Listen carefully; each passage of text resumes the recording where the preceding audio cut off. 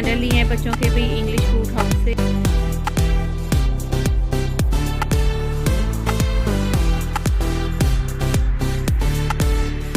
अस्सलाम वालेकुम मेरी प्यारी प्यारी यूट्यूब की फ़ैमिली, कैसे हैं आप सब। मैं बिल्कुल ठीक, आप सबकी दुआओं से अल्हम्दुलिल्लाह। और यहाँ पे मैंने रात को बाज़ार से आते ही जो है ना सबसे पहले काम स्टार्ट किया था। मैंने व्लॉग भी स्टार्ट नहीं किया था क्योंकि मेरा मोबाइल की जो बैटरी है ना वो बिल्कुल एकदम डाउन हो चुकी थी।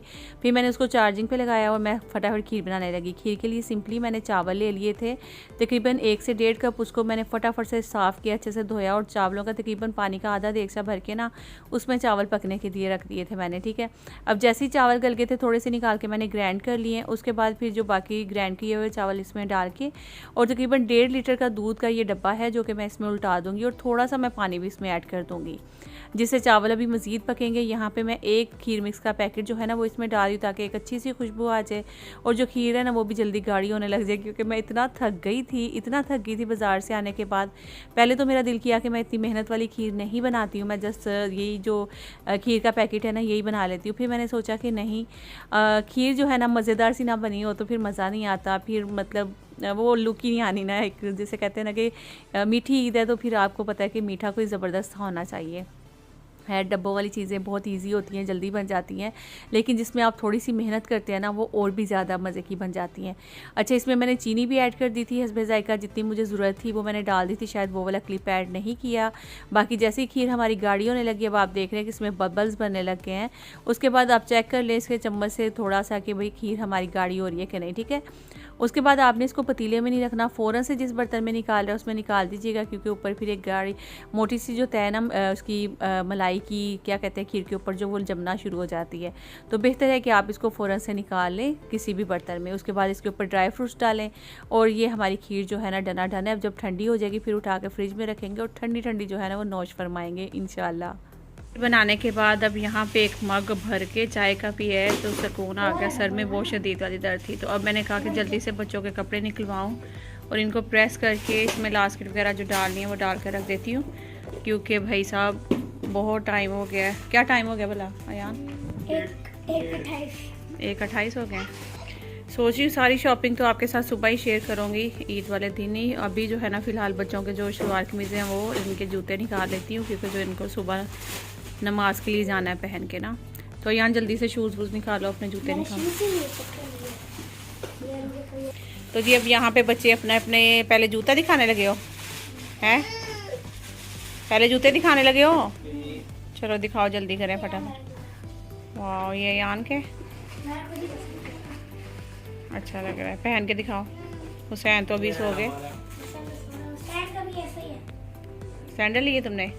मैं उस टाइम पे बैठ गई थी आगे गाड़ी। असल में जब जूता लेने का टाइम आया तो उस टाइम पे मैं इतना थक चुकी थी और मेरे सर में इतनी शदीद वाली दर्द थी। एक तो गर्मी बहुत ज़्यादा हो गई थी, ऊपर से फिर आपको पता है रोज़ा खोलने के बाद एक सर में जो शदीद वाली दर्द होती है ना, फट रहा था बाकायदा मेरा सर ना।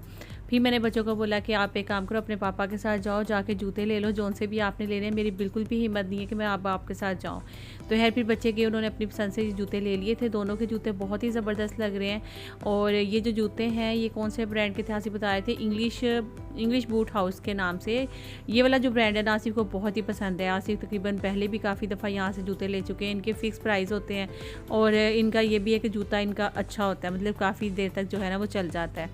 तो हसीब का तो जो है ना वो मैं हंस रही थी कि हसीब तुम तो एक काम किया करो, डब्बे का जो साइज़ है ना वो अपने पाँव का दिया करो ताकि तुम्हारे जूते जो है ना वो उस साइज़ के बने, क्योंकि माशाल्लाह हसीब का जो पाँव है ना, यकीन करें वो बहुत ही बड़ा। हम सारी फैमिली में से हसीब का पाँव सबसे बड़ा है। इसका जूता जो है ना वो नॉर्मली मिलने वाला नहीं है। अगर ये और भी ज़्यादा इसका पाँव बड़ा हो गया तो फिर स्पेशली जूते जो है ना मुझे लग रहा है बनवाने पड़ा करेंगे इसके लिए। अच्छा जी, तो अयान का भी जूता आपने देख लिया, वो भी दिखा रहा था। वो उसने और हुसैन ने सेम एक जैसी सैंडल ली थी और हसीब ने और हसन ने दोनों ने एक जैसी सैंडल ली थी। तो इनकी जो प्राइस है वो शायद हसीब ने पहले बता दी है, लेकिन मैं एक दफ़ा फिर बता देती हूँ। 3500 के जो है ना वो हसीब का जूता था, 3500 का ही हसन का था और अयान और हुसैन का जो है ना वो 1600 का था। ठीक है जी, तो ये देखें जी, ये है हसन की सैंडल, बहुत ज़बरदस्त लग रही है, अच्छी लग रही है। हाँ ज़बरदस्त। लेकिन ये शलवार कमीज के साथ ही पहन सकते हो आप मेरे ख्याल से। पैंट शर्ट भी पहन सकते हो, ये तो वैसे पहनी भी ना। तो ये यान हुसैन की दिखा रहा है, दिखाओ यान। ये हुसैन की है, मेरी जैसी तो सेम ली थी आप दोनों ने भी। हाँ ये भी अच्छी लग रही है, ये लो नानी सुबह पहनेगा फिर दिखाएगा। तो ये देखें जी, ये हसीब के सैंडल है यहाँ पे, और हसीब को पापा उसको डांट रहे हैं कि भाई सीधे खड़े होकर अच्छे तरीके से दिखाओ, मेरा पैसा लगा, चीज़ नज़र आनी चाहिए पहनी हुई। तो आप लोग देखें जी और दिखाएं। कैट के हैं ये सैंडल, और हसीब के पाँव को आपने इग्नोर कर देना माशाल्लाह से, इसके पाँव अल्लाह ही माफ़ करे। चले जी, ये आ गई शलवार कमीज़ें। ये किसकी है? तुमने बताए बगैर खोल दी मुझे हसन। अच्छा हसीब पकड़ो अपना डब्बा, कौन सा तुम्हारा, जल्दी से दिखाओ फटाफट से।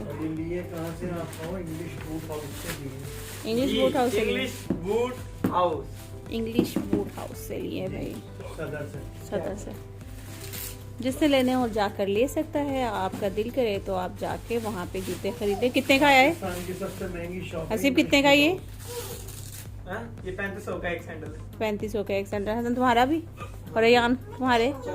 तो जी यहाँ तक तो था जूतों का, जो भी इन्होंने बच्चों ने जूते लिए वो मैंने आपके साथ शेयर कर दिए, और प्राइस भी मैंने शेयर कर दिए। प्राइस मैंने इसलिए शेयर किए ताकि आप लोगों को भी अंदाज़ा हो जाए, और आप लोग फिर शेयर बोलते भी हैं कि दोनों प्राइस भी बताया करें। तो जब मैं ड्रेसेस दिखाऊंगी तो मैं उसकी भी प्राइस साथ में ही आपके साथ शेयर करूँगी कि कितने के। ठीक है, अब आगे कपड़ों की तरफ बढ़ते हैं। दिखाओ ये कलर जी नानी ने पसंद किया था, वहाँ पे हम मना कर रहे थे उसको कि ये कलर नहीं, कोई चेंज ले लो, लेकिन वो कह रहा था मुझे यही कलर अच्छा लग रहा है मामा। तो ये लिया जी हम लोगों ने नदीम वालों से, ये क्रीम सेंटर में है, मेड इन पाकिस्तान। तो ये देख लें, जब सुबह पहनेगा मेरा बच्चा तो फिर आपको नज़र आएगा। पहले हम लोगों ने दूसरी वाली देखी थी, वो वाली दिखाओ यान, अपनी भी दिखाओ, सिर्फ जल्दी से अपने भी दिखाओ, ये बाद में रखना। वो जो वहाँ चेज वैल्यू पे देखी थी ना, वो बड़ी अच्छी लग रहे थे ना, लेकिन वो पहना के जब चेक किया तो इतना मज़ा नहीं आया उन कपड़ों का, तो फिर हम लोगों ने नहीं लिए थे। ये किसका है?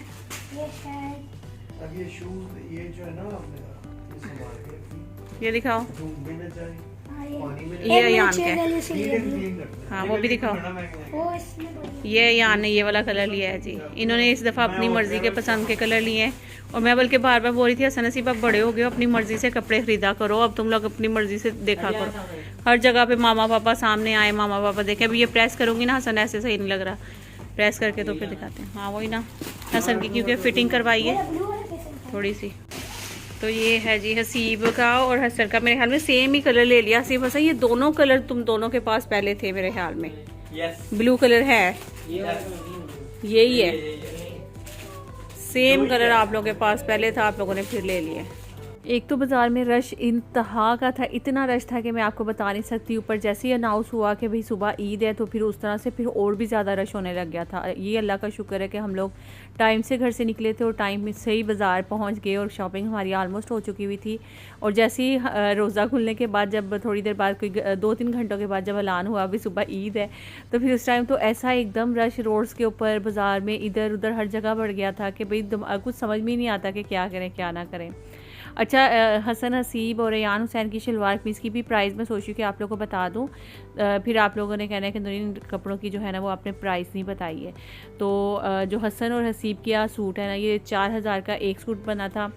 हालांकि किसी ब्रांड से हम लोगों ने नहीं लिया था, लोकल लिया था। कल मैंने बाज़ार का व्लॉग आपके साथ शेयर किया है ना, जिन्होंने नहीं देखा वो ज़रूर देख लें। बहुत ही ज़बरदस्त व्लॉग बना था, आपको मैंने काफ़ी सारी चीज़ें उस व्लॉग में दिखाई हैं बाज़ार की ना, बड़े मज़े की। कपड़े भी मैंने आपके साथ शेयर किए, उनकी प्राइस भी फल्ला बहुत ज़्यादा थी, वो भी मैंने आपके साथ शेयर किया। एक ये जूता मैंने लिया था, ये तो आपको पता है बहुत ही अच्छा लग रहा होता है, तो इसमें मैं सोची कि दूसरा वाला भी एक लूँ जो कि मल्टी में है, वो भी बड़ा ही प्यारा लगता है लोन के कपड़ों के साथ। और इस तरह से ना वो वाला भी मैं ज़रूर लूँगी इंशाल्लाह। शॉपिंग की है, लेकिन मैं आपको मज़े की बात बताती हूँ कि जैसे रेडीमेड मुझे पहनने के लिए, क्योंकि अभी तो कोई किसी टेलर ने लेने ही नहीं थे मेरे कपड़े, चाहे मैं 5 दिन पहले भी शॉपिंग करती तो किसी ने नहीं लेना था। खैर आते आते मैंने फटाफट से चेज़अप से एक शर्ट ली है, वो दिखा दो ज़रा खोल के हसन, वो पड़ी हुई है निशात के नीचे, ये वाली। हाँ तो इसके साथ मैंने सोचा घर से कोई दुपट्टा मैच करूँगी, ट्राउज़र मैच करूँगी। आते आते मैंने ये फ़ौरन से वहाँ पे पसंद की और इसको ले आई हूँ घर में पहनने के लिए। बाकी जो मेरे दूसरे वाले कपड़े हैं वो मैं इंशाल्लाह आपको फिर सुबह ही दिखाऊँगी। ये देखिए, ये मैंने आज पहननी, कैसी लग रही है आप लोगों ने कमेंट करके बतानी है। हसन नसीब कैसी लग रही है? अच्छी लग रही है ना। बस इसके साथ कोई भी दुपट्टा घर में मैच कर लूँगी और साथ में ट्राउज़र चल जाएगा। बहुत ज़्यादा फैंसी मैंने इसलिए नहीं लिया ईद का ड्रेस, क्योंकि आपको पता है कि एक तो गर्मी बहुत ज़्यादा होती है और दूसरा ज़्यादातर हम ख़वातीन का दिन भी जो है ना वो किचन में ही गुजर रहा होता है। तो फिर मैंने इसलिए सोचा कि मैं इस तरह का ड्रेस लेती हूँ जो कि मुझे पहनने में बहुत ज़्यादा मुश्किल भी ना हो और मैं इजीली काम भी कर सकूँ। इसका कलर देखिए और इसका जो स्टफ़ है बहुत ही सॉफ्ट सा लॉन का स्टफ़ था और ये बहुत ही सिंपल और मज़े का लग रहा था। है इसके साथ ट्राउज़र और दुपट्टा जो मैच करूँगी वो भी मैं आपको दिखाऊँगी। लेकिन ये जो शर्ट है ना, इसकी जो प्राइस है वो भी मैं आपको बता दूँ ओनली 2700 की है। एकदम मुनासिब भी थी और पहनने भी मुझे बहुत कंफर्टेबल फील होगा इंशाल्लाह इसमें। बाकी वो वाले कपड़े मैंने बहुत अच्छे और वीआईपी लिए हैं, वो मैं इंशाल्लाह आपको सुबह दिखाती हूँ क्योंकि अभी मेरा बिल्कुल मूड नहीं है, तबीयत ठीक नहीं है, सर में दर्द हो रहा है। कौन से वाले? ये तो बच्चों के मिल गए, यान हुसैन के अच्छे वाले वहाँ से कपड़े दिखा दिए हमने आपको, लेकिन मोहम्मद के नहीं दिखाए आपको, तो अभी मोहम्मद के दिखाने। ये देखे जी माशाल्लाह। तो इस टाइम ना आपको सही तरह से शायद नज़र भी ना आ रहा हो क्योंकि मेरे मोबाइल का रिजल्ट कोई इतना खास तो है नहीं, अभी रात का टाइम में ब्राइटनेस का भी कम ज़्यादा होती है, वो भी मसला होता है।